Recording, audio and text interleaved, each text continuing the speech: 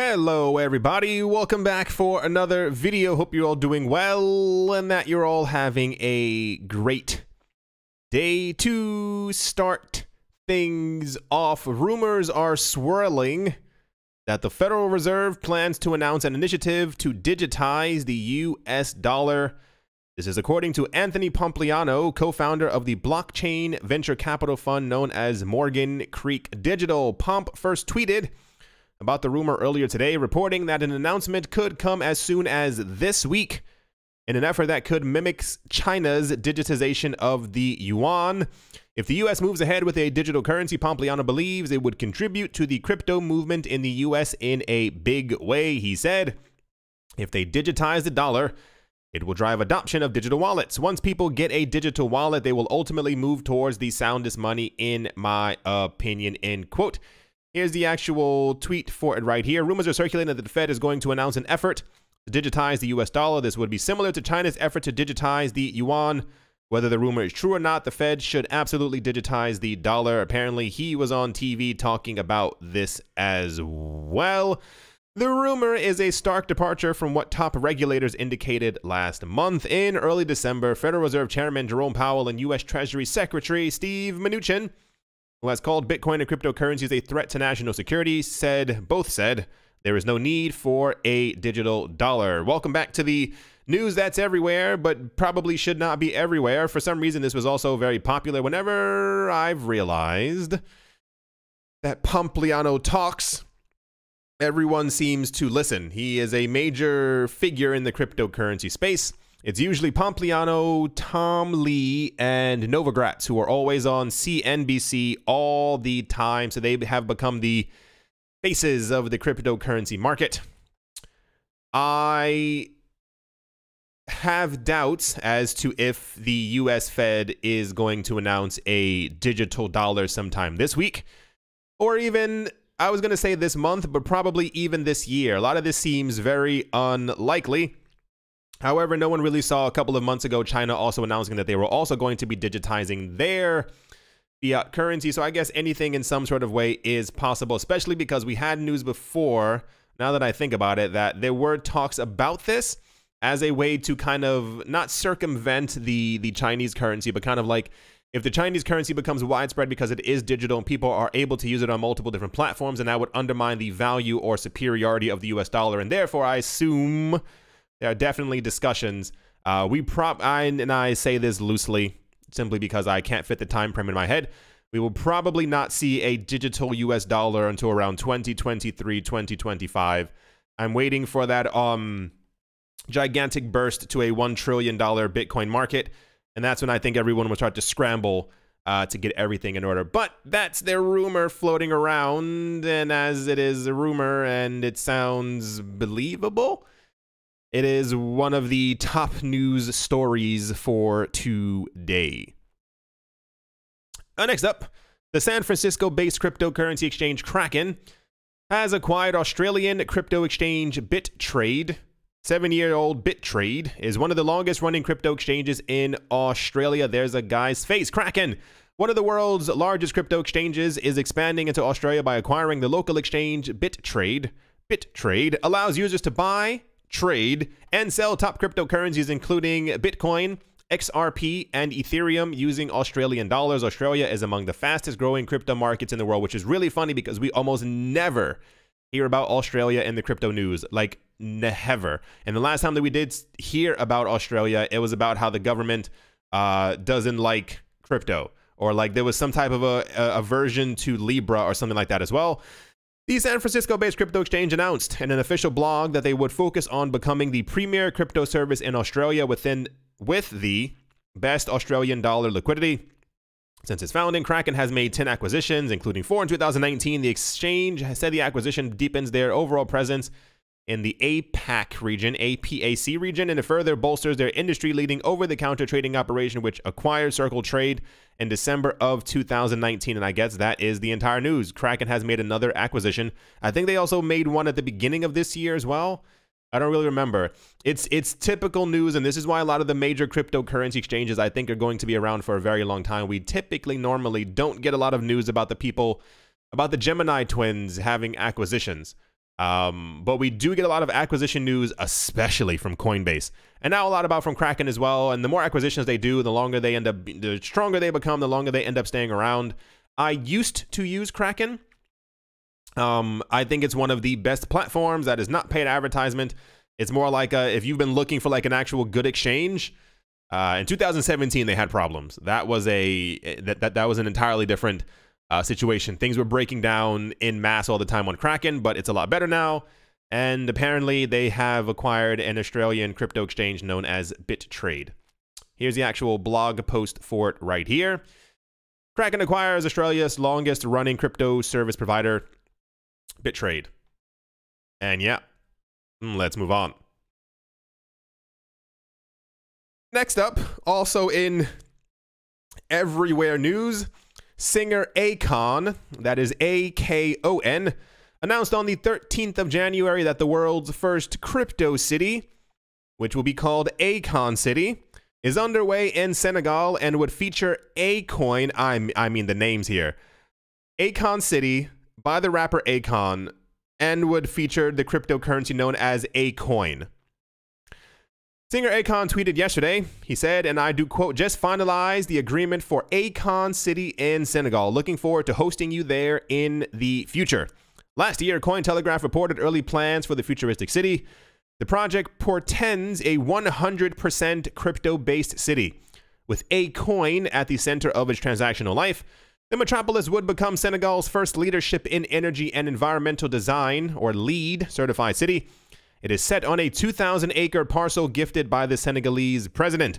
Reports hint at Mbodiance, I hope I said that correctly, a short drive from Senegal's new international airport as the land in question. Last week, the 45-year-old entrepreneur signed a memorandum of understanding with SAPCO, Senegal's state-owned tourism department. According to an interview from November on a radio station, Power 106, Akon City is a long-term undertaking. It's a 10-year building block, so we're doing it in stages. We started construction in March 2019, and stage 2 is going to be in 2025.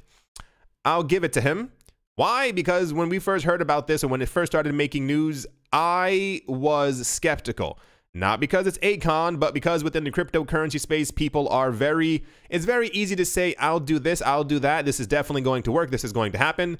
And then we hear nothing. So the fact that he signed an MOU with the actual government and is also, I guess, partnered in some sort of way with SAPCO, apparently it's going to happen. This will take a very long time. I mean, it takes a while to build an entire city. So 10 years, I guess, seems optimistic. My only question is, or what I foresee being a problem is I think it says it somewhere around here as well. Akoin apparently is will soon launch its beta platform. If we get to a situation, this will take place during the next 3 halvings. I have a feeling by around 2028 of the 10 years, that Bitcoin will be so large that they'll probably still call it Akon City. Cool. But will probably not exclusively be using Akoin only. That's just the only issue that I kind of see at the moment. But, I mean, how many people have actually said that they're going to do something and then they end up going through with it? Here's the actual tweet for it right here. Just finalize the agreement for Akon City in Senegal. Looking forward to hosting you there in the future. Good luck. I hope it works out. Because we had, what was the other crypto city that we had before? It was like in Nevada or something like that, and we hear nothing about that anymore at all. Alrighty, let's move on. Next up, EToro, a platform that enables its customers to invest in the assets they want. From stocks and commodities to crypto assets, plans to launch a debit card within this year while expanding its operations in the US, South Africa, and Hong Kong, expanding services to customers in over 100 countries. Rumors have persisted for a while that eToro was about to launch its own debit card. Now, in an interview with Globe's Roy Katsiri, eToro confirmed that the company is indeed planning to launch a debit card later this year. According to Katsiri, eToro co-founder and CEO Yoni Asia said, The card will expand the financial services that we currently provide to customers from over 100 countries around the world, based on the premise that the total value of the cryptocurrency market grew 54% to $193 billion in 2019, with Bitcoin accounting for 68% of it. EToro expects this debit card will help further enhance its customer experience for 12 million users in its efforts to streamline operations. But this is all one gigantic paragraph. Someone forgot to hit enter once again. Cool. This is now the 18,000th cryptocurrency exchange who is going to be launching their own debit, credit, something type of card. I wish them the best of luck. I think we have some people out there who are using EToro. I had a couple of friends who were asking me about using EToro before, not for crypto, just for like actual like stocks and bonds and stuff like that. Yeah, everyone has their own credit card, debit card out there now. I think Coinbase has one. I don't know if Binance has one. I know many other exchanges also have them in some sort of way or capacity. And eToro will now have one themselves as well. Ooh. Next up, the U.S. Securities and Exchange Commission, or the SEC, sent out a warning today from its Investor Education and Advocacy Wing, urging citizens to be wary of initial coin offerings. It says IEOs here. But we'll see right here. Oh, it's definitely IEOs. In a 14th of January statement on its website, the SEC said, "Be cautious if considering an investment in an IEO.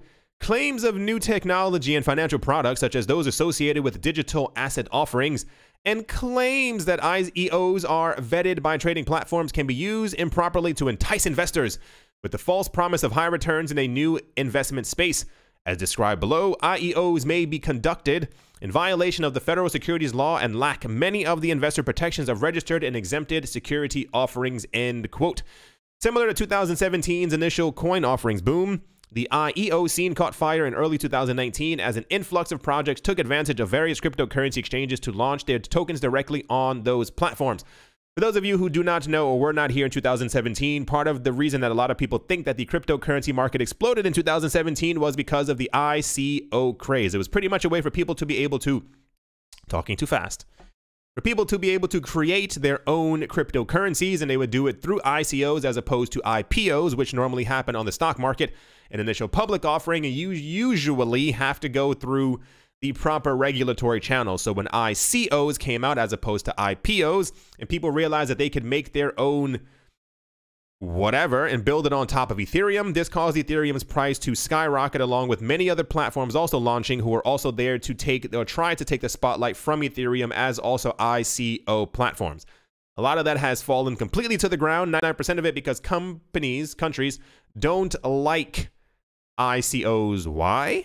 Because you can just simply start your own ICO and build it on top of Ethereum without anyone really knowing. But part of the problem is that the SEC has announced that ICOs, nearly all of them are considered securities, and therefore you would have to go through the SEC, the Securities and Exchange Commission. However, a lot of cryptocurrency exchanges started creating something called IEOs. So that's IPOs, ICOs, and IEOs, which is an initial exchange offering. So as opposed to having to build your crypto project, coin, token, whatever you're trying to build on top of Ethereum, or having to go through the SEC, you could simply just use an exchange like Binance to create an IEO. Everyone kind of with me so far? Binance's Launchpad hosted significant traffic in early 2019, with several projects listing IEOs on the platform. Fetch.ia, or FET, tallied $6 million within a minute of the start of its February 25th IEO, Cointelegraph reported in 2019. After raging popularity in 2017, ICOs faced heat from the SEC, everywhere.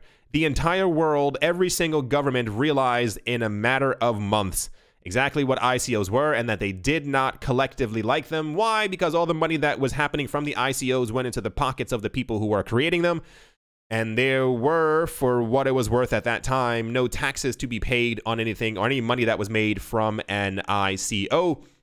We had a couple of ICOs that got caught in the fray, if you kind of want to say it that way. As far as some of them made billions of dollars, that is billions with a B. Some of them made several hundred million, and the SEC attacked a couple of the ones that I even thought would make it as like social media platforms. But then Facebook kind of came out and they were like, we're also going to launch our own coin. And that was kind of the beginning of the end of the end of the end for every ICO coin. We also had a huge thing that was last year. People thought that STOs, which were security token offerings, would also kind of pick up as well. But I think there were too many regulatory hurdles and had to be jumped over. And then I think this is why IEOs caught on, because you simply had to just contact Binance, and as Binance is a regulated something in some country, people were like, okay, this is a lot better. So the news that we're getting now is that there's probably going to be a major clampdown on IEOs, and you can probably assume that by summertime we are going to have some other variation. It's probably going to be like a PPO or a WYO. Someone will think of some type of iteration of a new formation of these letters, because we've had about 6 of them over the course of the last 3 years. Here's the actual notice from the SEC on sec.gov. It says initial exchange offerings, IEOs investor alert. So get ready for the next, whatever's going to be the new hot thing by summertime. Following directly behind this, following the US SEC's investor alert against initial exchange offerings, Malaysia's regulator has published a regulatory guide requiring token offerings in the country be more attached to exchanges. A report from the Malaysia's Security Commission, the SC, there's no E there, makes clear that digital tokens are to be used only for goods and services within strict guidelines, which will take effect late 2020. Issuing digital tokens in the country without SC approval is illegal. The platforms themselves bear responsibility for vetting issuers and approving token features. The minimum paid up capital is 5 million Malaysian ringgit, or 1.2 million US dollars. Okay. Operators looking to trade digital assets must be registered, my gosh, as digital asset exchange platform operators, more commonly known as crypto exchanges. Issuers must meet a minimum paid up capital of 122,000 US dollars. A lot of the stuff that we see is usually, and I don't know if anyone else, I'm pretty sure many other people have caught on. A lot of these things would never be illegal if people kind of just paid upfront or paid after they made their money. All the government, country, banks, they only have issues with that people don't pay them or don't pay them when they start. Issuers must meet a minimum paid up capital of $122,000. Why? If I'm opening up my own business, why do I have to pay you $122,000 to start my business? Paying taxes is one thing, but this is why the decentralized world ignites very quick. This is why, though a lot of them were heavily fraudulent, why ICOs also took off, because people have ideas and they want to simply launch them. How restrictive is it that you need $122,000 to be able to launch an idea that you may have in your head? Anyway, retail investors and angel investors are limited to $490 per issuer without exceeding $4,900 in a 12-month period. Sophisticated investors, those with a high net worth and extensive market experience, face no restricted... Oh, okay.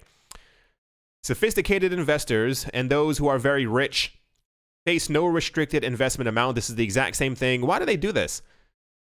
Why? I get it. Like, I understand the whole them trying to protect thing, but it's very divisive when you realize that the only people who can do what they want, whether it be in life or in investing, never have any restrictions. Remember when we had news about the cryptocurrency market within Russia, and they were talking about the laws that they were thinking about implementing in 2018, and it was pretty much, if you are not if you are not rich enough, I think you were restricted to, I think, $900 per year or something around it that you were able to put into crypto. But if you could prove that you had over $1 million in net worth or some like random weird number, there were no restrictions on you at all. So it's like, you allow rich people to become obscenely rich by investing whatever they want to do at any given time. There's no restrictions on them, but everyone else is always put into this box like, well, you're already poor and we don't really want you to get richer. This is how I always see it, you know, as opposed to having something where you could be like, oh, here's a test. You can learn. If you prove that after 3 months of taking this test and you know what an ICO, IPO, what a security this is, what a commodity is, how much and how to invest, and you can prove all these things to us, then you're able to do exactly whatever you want. That seems a bit more realistic as opposed to simply saying, well, you're a retail investor. You get, it's, you understand what I'm saying? It's all these things because what if crypto does take off? What if crypto does skyrocket and the people who are allowed to put as much as they want become 100 millionaires, and the people who were able to put 490 in a 12-month period, you made 15,000. That's cool. You buy a Honda. I mean, that sounds, I mean, you should be happy with what you have. It's all these little things. It's the SC report mandates that any business dealing must somehow offer value to Malaysia, such as addressing market needs and problems or streamlining processes and services. And I think, as Cointelegraph wrote yesterday, the SEC has nabbed a number of non-compliant ICOs requiring $13 million in one case and now looks focused on IEOs, which we just went over. But there was something I read as well, and I thought it would cover it inside here. I think also Malaysia banned ICOs yesterday as well. I think that's what it was. I think they banned ICOs, but IEOs are legal as long as the exchange does all the work while still paying the government. Man, oh man, oh man. Here's the actual PDF from the SC.com called Guidelines on Digital Assets. I'm not going to scroll through the entire thing. I think people don't realize that planes exist or that the internet is a thing and that business doesn't have to be done in your country. I don't know what it is. I don't want to rush time, but I'm always very interested to see what the future is going to look like because I don't think a lot of these countries understand how the internet works. But yeah, that is the IEO news, and we hate ICO news. I don't know how to really finish that one. As always, a very special thank you to my Patreon supporters. Professor Wally from Gunbot University, Chongololo, Nostromo. I have to separate those two. They sound so similar. Mr. Pickles, John Sarson, The Animal Reader, A Bibliophobia, Barebones Mining, Todd Mullis, Adam Graysick, Mohair Maroney, Master Ventures in Thailand, Brady Niels, Jared Schneider, Wise Night Owl, 242 to the World, Crypto Joe, Bankroll Network, Adobo, Miluizi, Crypto Artist, Coldy 3D, Nicholas Renault, One Piece, One Love, Damien, Setsuna, Nick Kanaya, Richie Wish III, Vlad the Impaler, Crypto Beer, Shipmate, Paxis, Nick Mangialavori, Anthony Charles, Jim Garner, Jeremy Fox, Minting Coins, Miller, Hitch Test Every Day, and Kyle Skips Leg Day. Yes, to Crypto, Bodie McBoatface, Anytime Fitness, Monk's Corner Staff, ARF, Medic17, Bake Me a Cake, and Tigara Macho Nisa. Thank you all very, very much for your support. For those of you not looking at the screen, the pumpiest coins have started unpumping. This was to be expected. Where's the other one? Let me see if I can find it in a couple of seconds. Even now, there's always weird activity within the cryptocurrency space. After no usage, Bitcoin Diamond is still up by 11%. Augur is up by 54%. When I woke up a couple minutes ago, Bitcoin Gold was actually still in green.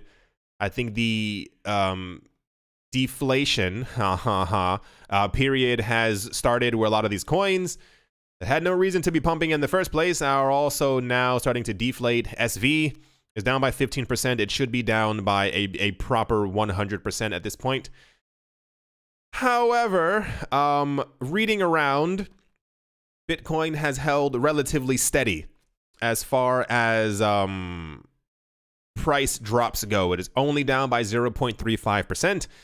Reading a lot of articles talking about that Bitcoin, if Bitcoin can hold this or even move up a tiny bit, it looks like we may see one of those big jumps. You know how people always say like, Bitcoin has to stay around here. They're saying that if Bitcoin can get near 88, 8,900, it could do a jump above 9,000, which would be a bullish indicator that we could be trying to get towards 10,000, because the news that we had before was that every single time that we had a movement up, it was immediately smacked back down. However, this movement over the last couple of days has given new hope to the fact that Bitcoin could hold steady and then continue rising over the next week or so. But yeah, Tether is up. I wonder why. All the other coins, many of the other coins, are in the red, except for a couple of anomalies, but it kind of is what it is. I do hope that you all enjoyed. What's today's date? It is Thursday. For some reason, my days blend together, and I don't know why. It's been happening for a while now. I don't know if it's like a thing I need to get checked out, but sometimes I think it's like a Tuesday, and then it's actually a Friday, which is very exciting to you know, to be surprised with the Friday in front of your face. But Thursday. All right, everyone, I'm off to the second channel. No rest for the wicked, as they say. Thank you all once again for watching and listening. I hope you all have a great day, morning, afternoon, and or evening, wherever you are, wherever you might be. I do hope it's spectacular. Thank you all once again for watching and listening, and I will most certainly be talking to you all soon. See you.